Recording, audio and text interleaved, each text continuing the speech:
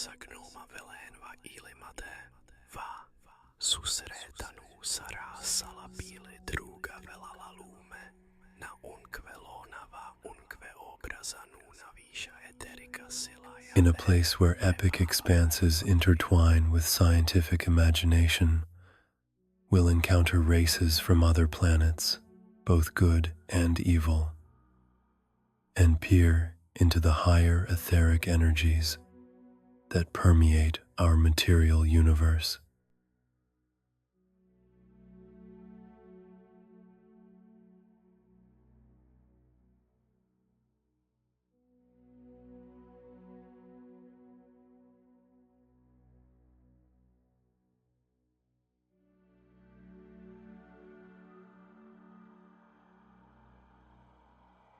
The air above Sylvaeron not only echoed with victory, it vibrated with the memory of the brutal, recently concluded battle that culminated on the outskirts of the last great Ferrum Terrani mining complexes.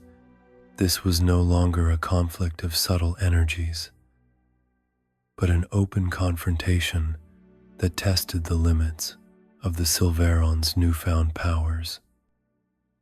Vuldan, desperate to retain control and reclaim lost influence, sent a final wave of his machines, bolstered by Umbra Noxa energy, along with the most fanatical part of the Discordia Animus, led by Vorlag.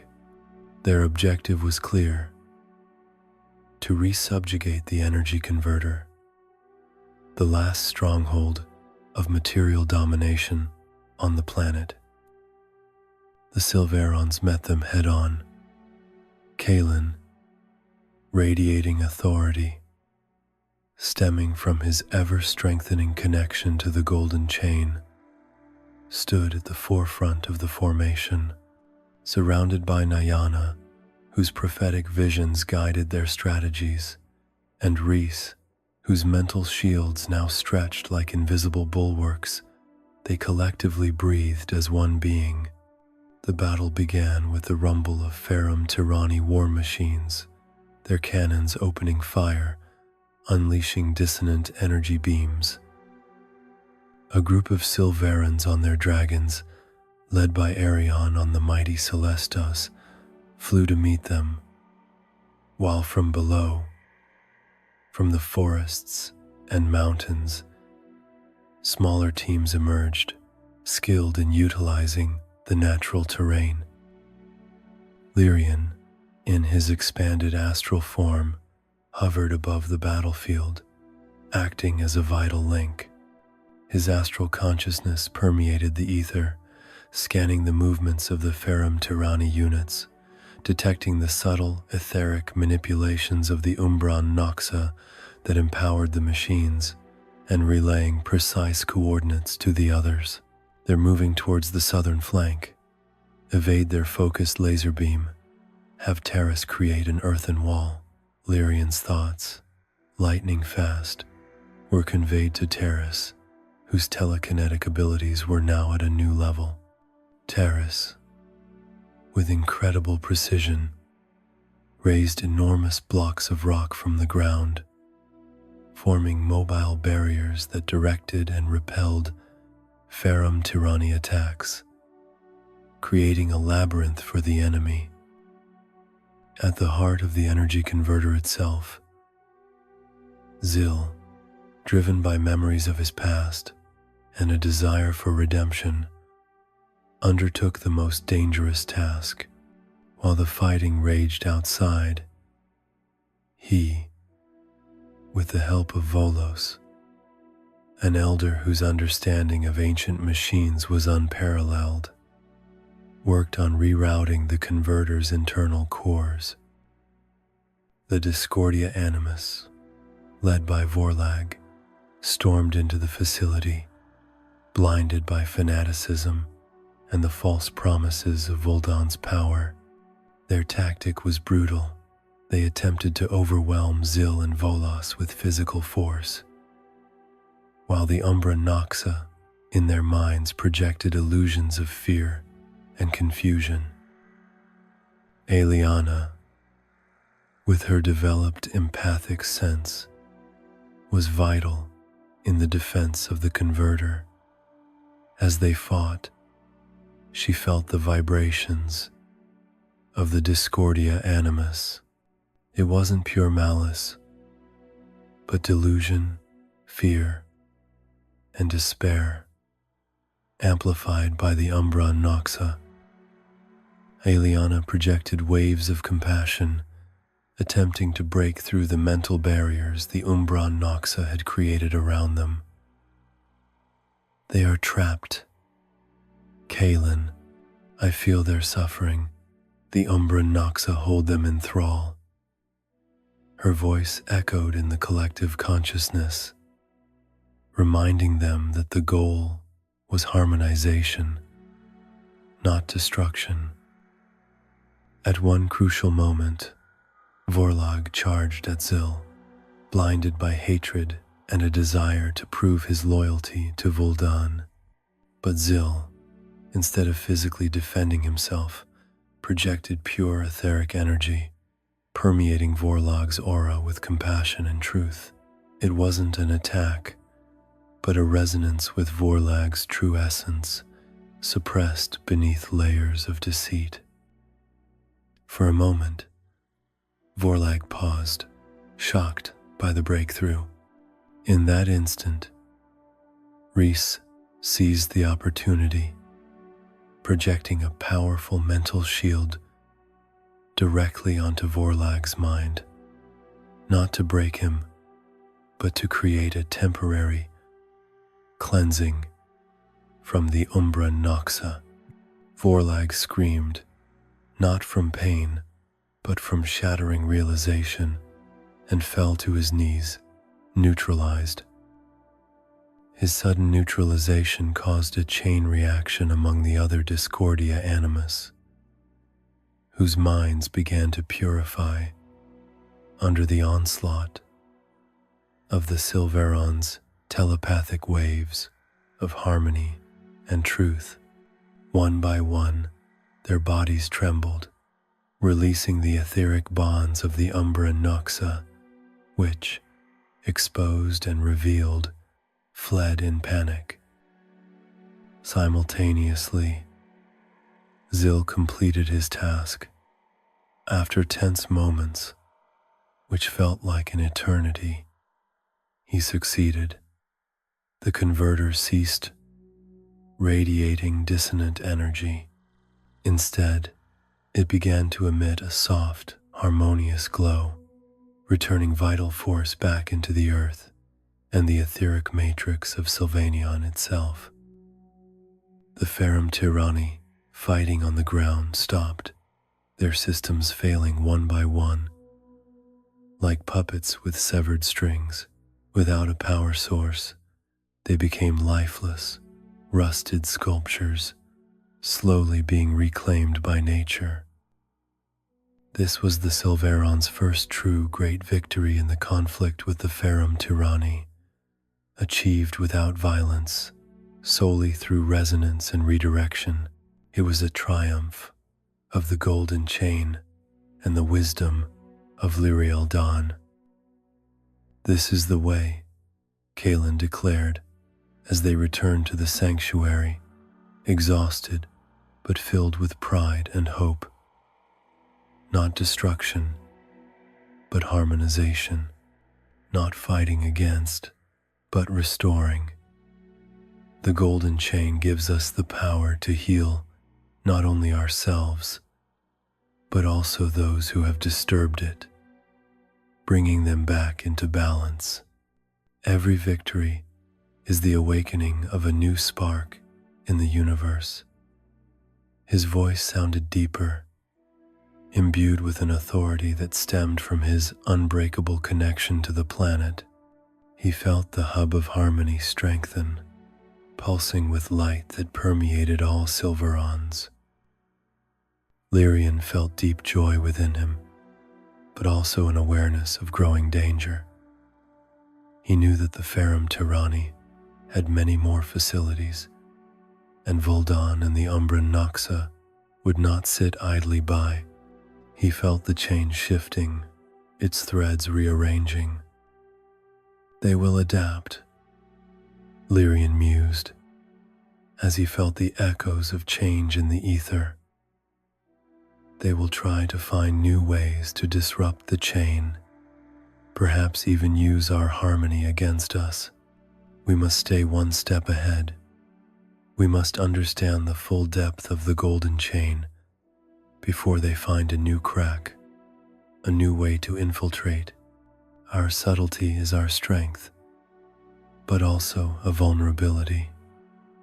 His mind was a racetrack of ideas, trying to anticipate every possible move of the adversary. Zil felt pride, but also deep humility. His past, as a follower of Vuldan, now gave him a unique perspective. He understood the mechanics of deception. Their strength lies in our fear and our misunderstanding, Zil mentally shared with Terras as they watched the morning rise of the two suns.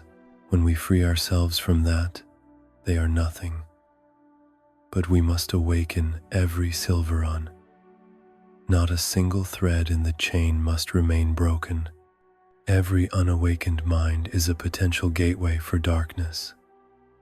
He felt a personal responsibility to reach every Sylvaeron who still slept. Terras nodded, feeling the weight of those words, but also the inspiration that came from Zil's transformation. And while the Sylvaerons celebrated their victory at the mining complexes, dark threads were still woven in the shadows of Sylvaeon. Far from their focus, Vuldan, though wounded and weakened, was not broken. His mind, twisted by power and a desire for domination, worked with perverse genius, transforming defeat into a new strategy. He felt the shift in the chain, the purification of etheric flows, and the stronger awakening of the Sylvaerons. He realized that the direct, brute force of the Ferrum tyranny had proven ineffective. His focus shifted to strengthening the Discordia Animus. This faction of Sylvaerons, who remained blinded by Vuldan's lies and fear of change, now became his primary tool. They did not know they were mere pawns in a much larger, darker game. The Umbran Noxa, cunning and adaptable, did not leave Sylvaeon with Vuldan. On the contrary, they used the chaos of his retreat and the apparent peace to intensify their infiltration.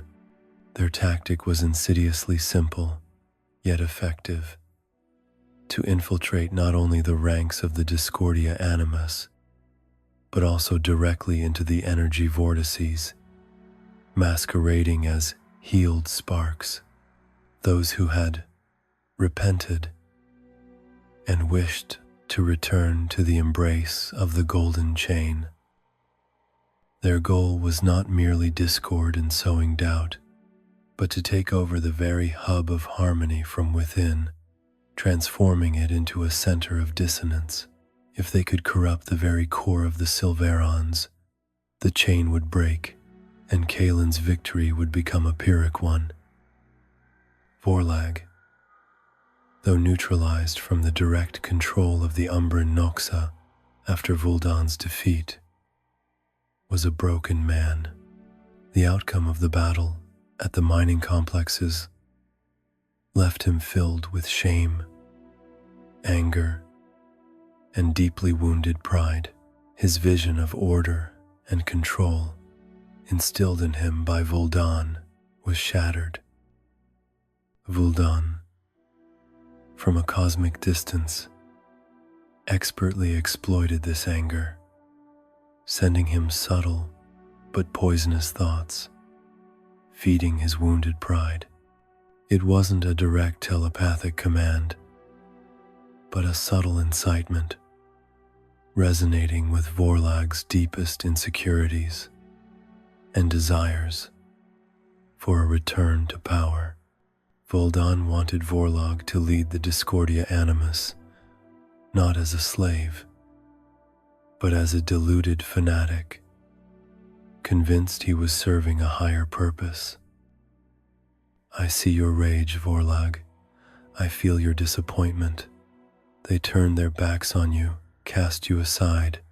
Kalen's harmony is a lie, but true strength is not in their illusion of harmony, but in order, in structure, in an iron will.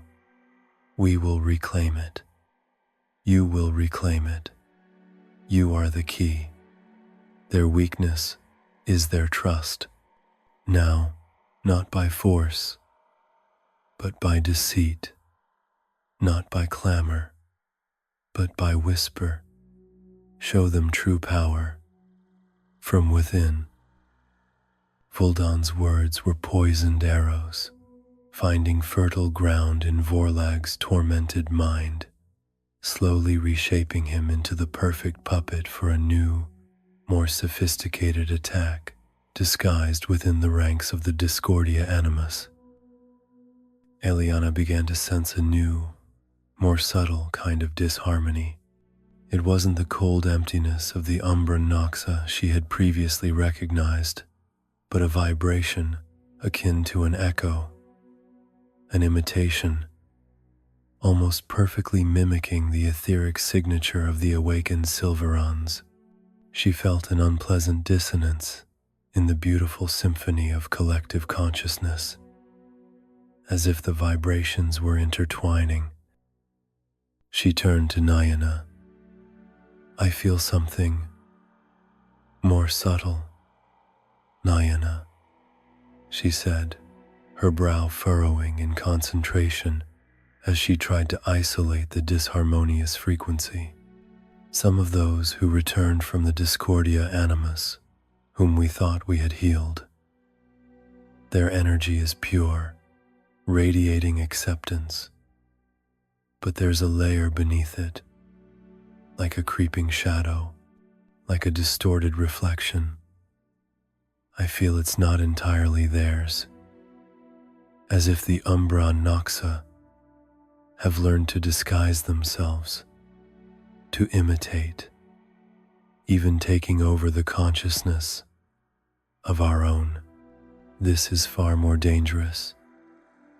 If we're not careful, they'll infiltrate the very heart of our defense, the hub of harmony. Her voice vibrated with urgency. Nyana closed her eyes, immersing herself in the ether, her prophetic visions intertwined with Eliana's feelings.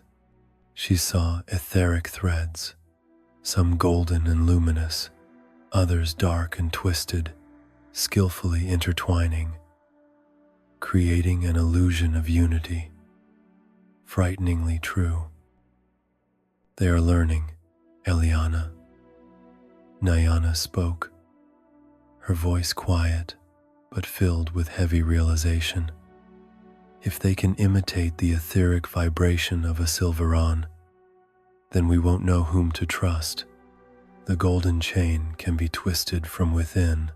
Our strength lies in connection and trust. And if that trust becomes a weapon against us, then we are more vulnerable than ever. This is a challenge on a soul level. Eliana, this is a test of the chain itself. This realization did not come too late. The Discordia Animus, led by the tormented Vorlag, whose mind was subtly manipulated by Vuldan's whispers, launched their attack. They came not with weapons, but with the vibration of deception, attempting to infiltrate the hub of harmony under the guise of returned Sylvaerons. Their goal was to introduce dissonance into the planet's very energy center. But the Sylvaerons were ready. Thanks to Aliana's deepened sensibility, they recognized the false vibrations.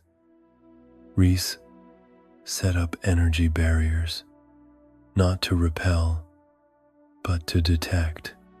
Every Sylvaeron who attempted to enter the hub had to pass through Aliana's grid of sensibility, amplified by collective consciousness. If the vibration was distorted, Aliana would signal, and Zyl and Terrace would activate fields of etheric purification, neutralizing the Umbran Noxa within them, while simultaneously sending pulsating energy of harmony towards the Discordia Animus, attempting to break through the fog of deception. The battle was not physical, but an epic duel of etheric energies. The Umbran Noxa projected illusions, attempting to create confusion and fear to break the will of the Sylvaerons, but Kalin and Nyana united with Lyrian and Arian, who circled above on their dragons, amplifying the etheric field, channeled the pure energy of the golden chain. Their meditations were living, active forms of combat, projecting vibrations of truth and harmony directly into the minds of the Discordia Animus. Feel the truth, we are not your enemies. Free yourselves from deception. Kaelin's thought echoed, powerful and unyielding. Rhys, with his newfound skill in mental shields, not only defended, but projected images of harmony and unity, showing the Discordia Animus memories of their true selves before Vuldan's manipulation. The battle lasted for cycles, mental and etheric.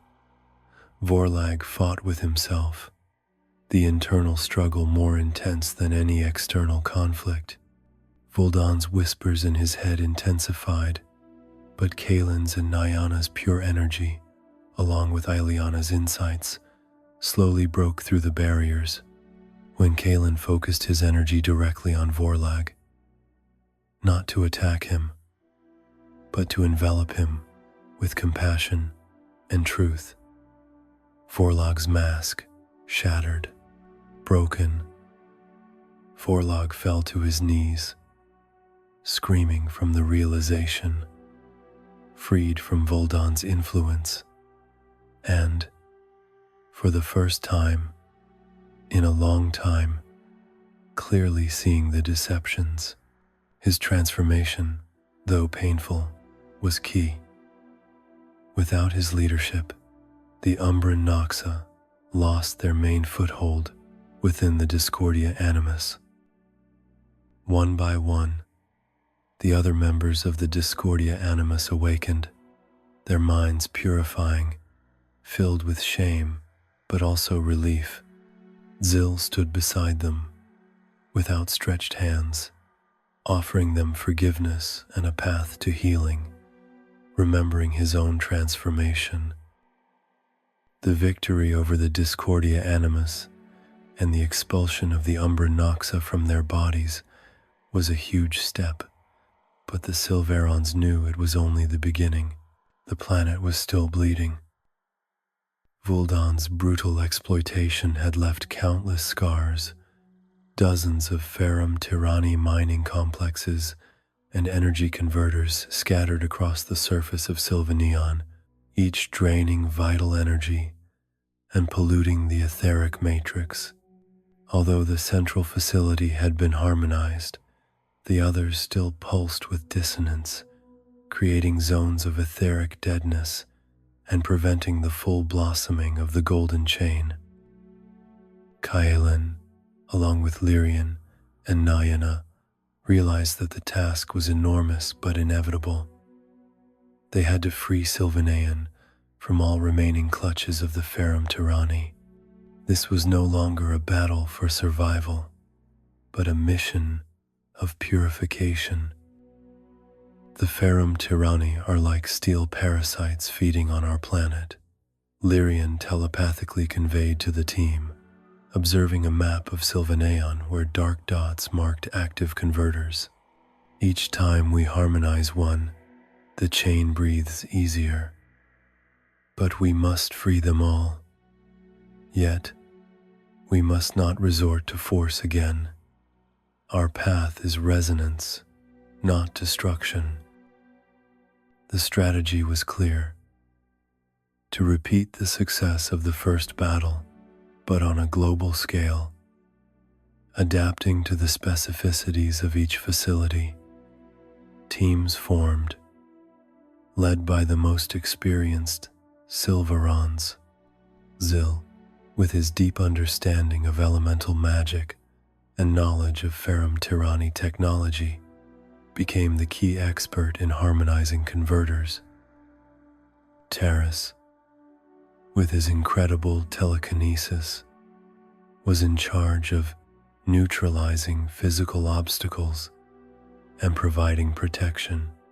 Reese organized defensive circles, ensuring the safety of the teams, while Arion and Celestos provided reconnaissance and etheric support from the air.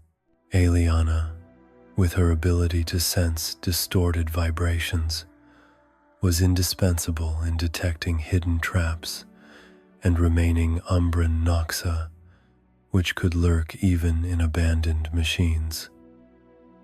Missions unfolded in cycles.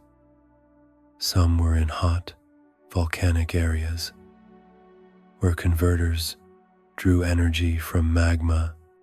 Zyl had to learn to harmonize fire energy with liquid crystals, directing it back into the volcanic cores, instead of converting it into dissonant force.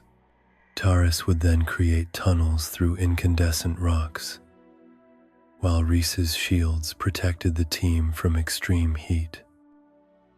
Other missions led them into deep, dark underground mines, where the atmosphere was heavy with mineral pollution. Aliana would feel the cold emptiness of the Umbran Noxa, though weakened, creeping from cracks in the rocks, attempting to reattach to the remaining machines. Zyl would then channel pure earth energy, creating pulsating spheres of purification that drove away the remaining entities and neutralized the pollution. Each time, the process was the same: infiltration, neutralization of Ferrum Tyranny defenses, without direct destruction, often involving rerouting their sensors, short-circuiting their systems with etheric energy, or creating illusions to confuse them. And finally, harmonization of the converter. It was not easy. The Ferrum Tyranny adapted. Some converters had advanced autonomous defense systems, while others were guarded by remaining programmed machines that fought to the last breath, but always without consciousness. The last converter was located in the depths of the icy mountains to the north, protected by an impenetrable energy shield. Arion and Celestos had to perform a dangerous maneuver, flying through ice storms and etheric currents that shattered metal to find a weak point in the shield. Celestos, with his ability to transform into pure ether, managed to pass through the crack, creating a vibrational bridge for Arion. Inside, Zyl had to face the most complex converter yet, one directly connected to the planetary ice and the planet's own etheric field. With Lyrian's telepathic support and the visions of Lyriel Dawn, Zyl managed to resonate with the crystal structure of the ice, redirecting the energy and returning it to planetary cooling instead of mechanical power. Finally, after cycles of continuous work and countless challenges, the last converter fell silent. A stillness descended upon Sylvaeron, but this time it was the stillness of complete healing. The air smelled fresh, the rivers flowed clearer, and the forests radiated with a new, vibrant glow. The Ferrum Tirani facilities stood as monuments to the past, their husks slowly covered by vines and crystalline growth, returned to nature. The planet breathes freely, Kalen announced, his aura pulsing with satisfaction. The chain is strengthened, every thread is pure, but our struggle is not over. As long as Vuldan is on Sylvaeron, a shadow will fall upon us. We must still find the crystal gates and the etheric books. They are the key to understanding his power and our cosmic role. Once all Ferrum Tirani converters were harmonized and the planetary etheric field purified, the remaining Umbra Noxa had nowhere left to hide. Their dissonant nature became painfully obvious in the clean etheric environment. They could no longer disguise themselves, nor feed on dissonant energies from the planet. Aliana, whose empathic resonance had developed to extraordinary levels, felt their panicked retreat. It wasn't the cold emptiness she had previously recognized, but a convulsive fear, a tremor of entities, stripped bare and exposed. She felt them collectively withdrawing towards the only remaining unexplored crystal gate, believed to be hidden in the deepest ancient caves, far from any Sylvaeron settlement. They are fleeing. I feel them gathering towards the gate. They are trying to escape the material world, Ileana telepathically cried out, her brow furrowing with intense concentration. Their vibrations are too chaotic to open the gate, but they will try to use its energy for a last, desperate attempt to overwhelm us. Nayana telepathically informed Kalen about the mass retreat of the Umbra Noxa. Kalen then devised a surprise for the Umbra Noxa, a move that was audacious, but the only way to permanently banish them. He realized they could not be destroyed, but they could be returned to the dimension from which they came.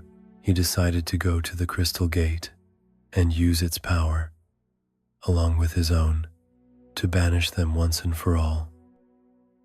With a pure heart, Kalen began to resonate with the golden chain like never before. His aura blazed, encompassing the entire hub of harmony, and his light began to spread towards the location of the Crystal Gate. Aman, an ancient entity, guardian of one of the Crystal Gates, who was pure ether and wisdom, watched him with etheric satisfaction. Kalen opened his heart, aligning his vibrational frequencies with the chain to perfection. The Umbra Noxa, in their panicked flight, sensed Kalen. His bright, strong spark, the pure energy of the golden chain, radiated like a cosmic beacon. All entities moved towards him, like hungry predators towards a great morsel, thinking they would feed on the positive energy of such a strong spark before vanishing. This was their fatal mistake. But Kalen was not alone. With him were the Lyrian, etheric entities of pure light and wisdom, who awaited the Umbra Noxa, hidden within the very light Kalen projected. Through telepathy, The other Sylvaerons were also with Kaelin, focusing all their spiritual strength on him, collectively giving him support. Moreover, to the extent that Kaelin opened his spark, all Sylvaerons could witness what was happening through him, so to speak. He was the mediator. No one before him had released so much energy through resonance with the golden chain. The Umbra Noxa arrived at Kaelin's location. Kaelin had opened his spark so much that the Umbra Noxa saw only a dazzling, blinding light. They moved towards him, ready to devour his essence, and then came the shock for them and a positive surprise for Amun and the other Sylvaerons.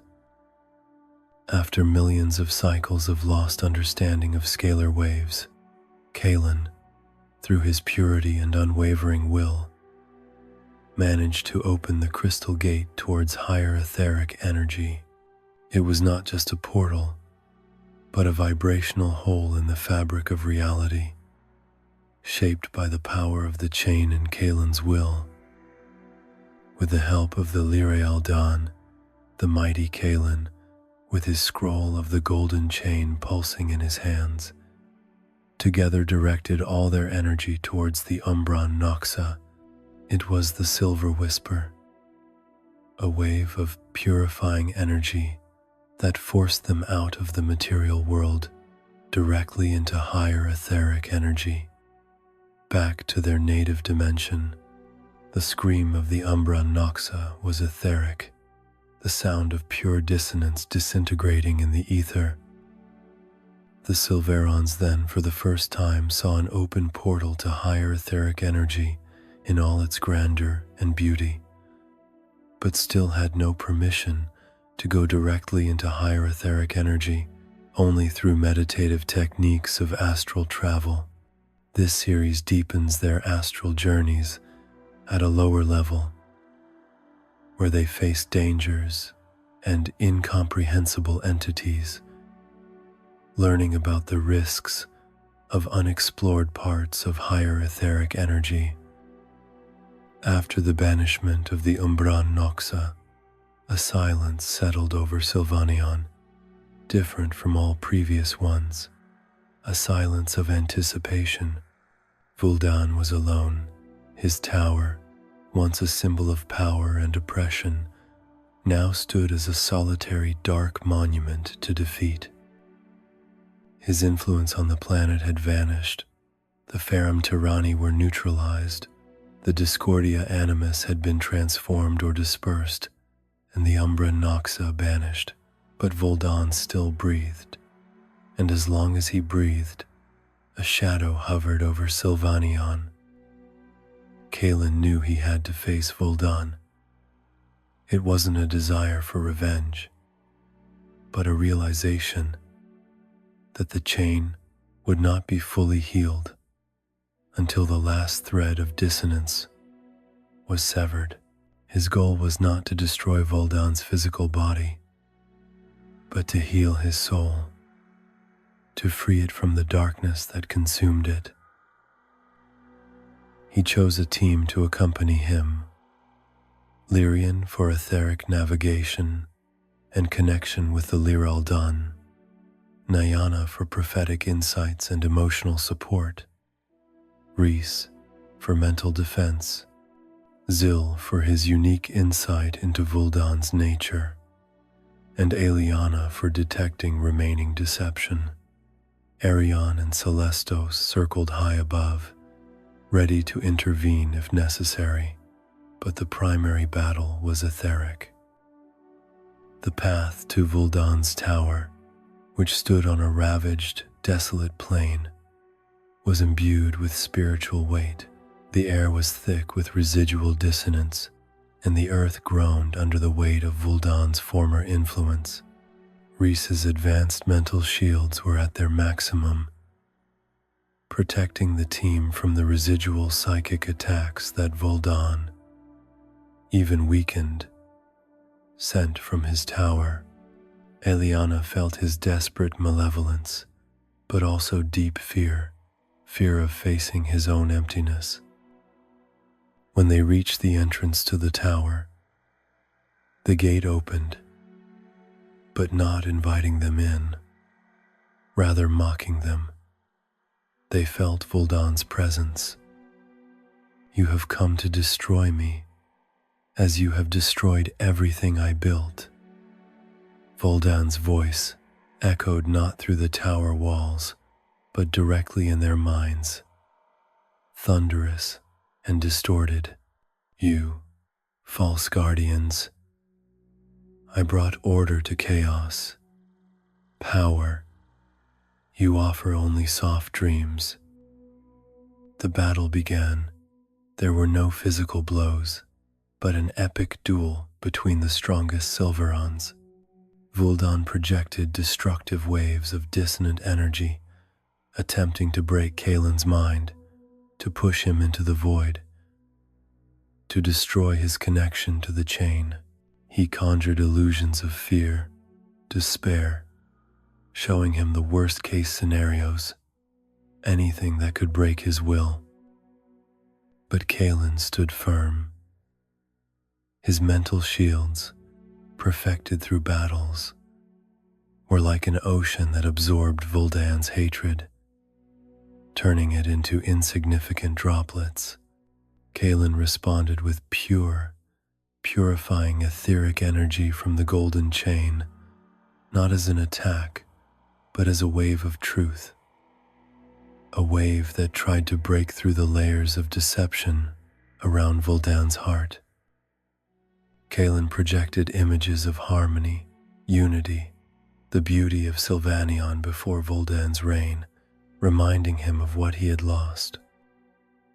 Lyrian, with his enhanced astral vision, helped Kaelin locate the energy nodes of Vuldan's dissonance. Nyana sent visions of compassion, trying to soften his heart.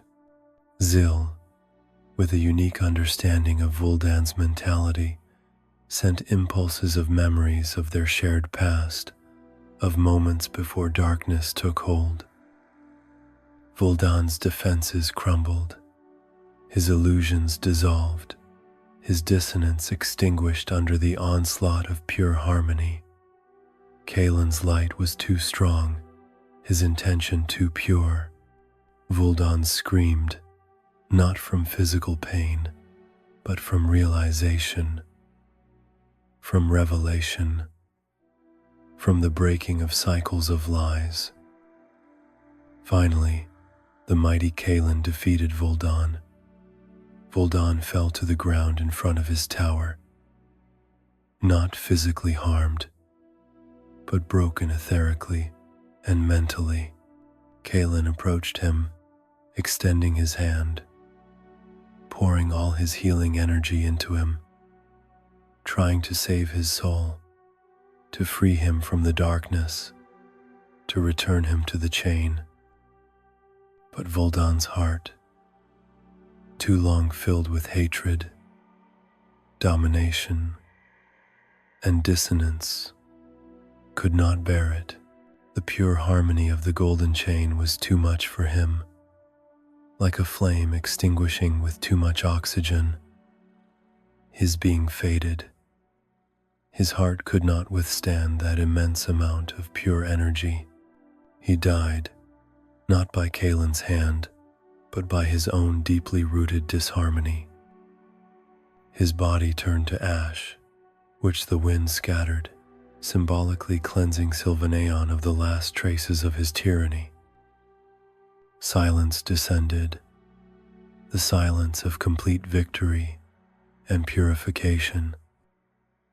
In the period following the final fall of Vuldan's tyranny and the complete banishment of the Umbran Noxa, as Sylvaeon breathed easier and the etheric field regenerated, the Sylvaerons began to explore the deeper secrets of the planet itself, those hidden beneath the surface and within nature itself. One of the most significant discoveries was about water. Lyrian, during his extended astral journeys into the lower ether, began to perceive water not just as a physical substance, but as a multidimensional matrix that collects information.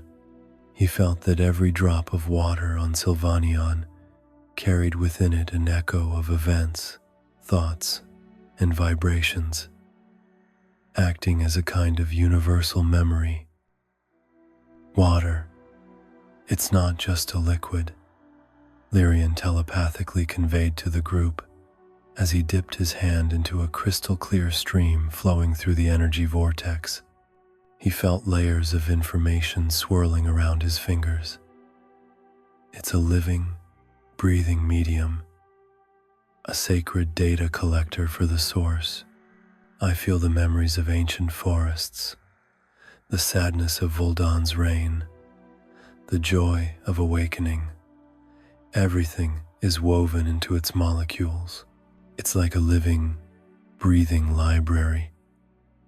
But its full purpose, why it collects information, remains a mystery.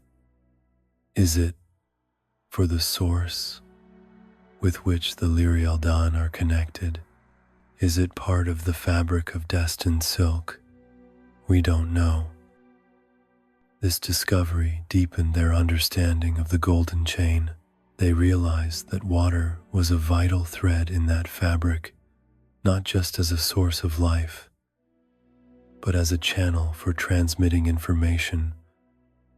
Within the cosmic network itself, they began to develop meditative techniques that allowed them to access these water memories, using them to learn about the planet's history and find solutions for future challenges.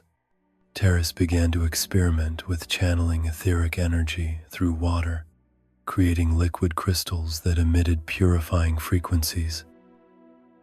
The banishment of the Umbra Noxa and the final fall of Vuldan's tyranny brought with it a new awareness of vulnerability. Although the Umbra Noxa had been banished, dangers in higher etheric energy remained, and the possibility of re-infiltration or psychic attacks from distant parts of the multiverse was real. Therefore, the development of advanced mental shields became a priority. Reese took the lead in training. His path of the warrior of harmony now included not only external defense but also internal. His mental shields were no longer just static barriers. They became fluid, adaptable forms of etheric energy that could be shaped according to the type of attack. He taught the Sylvaerons how to mentally bend energy, creating vortices that would disperse psychic blows or mirrors that would repel them. He taught them not only to shield the mind, but also to understand the nature of a psychic attack, to recognize its origin and intent. The strongest shield is not the one that resists, but the one that understands. Reese telepathically taught, if you understand the intent behind an attack, you can disarm it before it arrives. Meditate on the fear in the aggressor's mind, on the emptiness of the Umbra Noxa, on the anger of the Discordia Animus. When you understand the source, you can neutralize it, not by force, but by truth. A shield is not a wall, but a dance with energy. This training also included a deep exploration of their own subconscious, the place where all doubts, fears, and traumas caused by Vuldan's tyranny were hidden. The Sylvaerons had to face their own shadows to understand and heal them. For every unresolved trauma was a crack in the mental shield. Eliana was of key help in this process. Her empathy allowed them to more easily recognize and process emotional blockages. As the Sylvaerons delved deeper into the etheric planes and deepened their consciousness, Eliana's power of empathic resonance reached extraordinary proportions. She not only felt the emotions of others, now she could also sense the vibrational signature of fear, anger, illness, joy, and even the change of form of beings. This was an ability that transcended physical perception, touching the very essence of a being. Her detection ability became invaluable. She could sense the dissonant vibrations of lies and deception in the minds of the Discordia Animus, who attempted to infiltrate, not just as physical beings, but as masked etheric forms.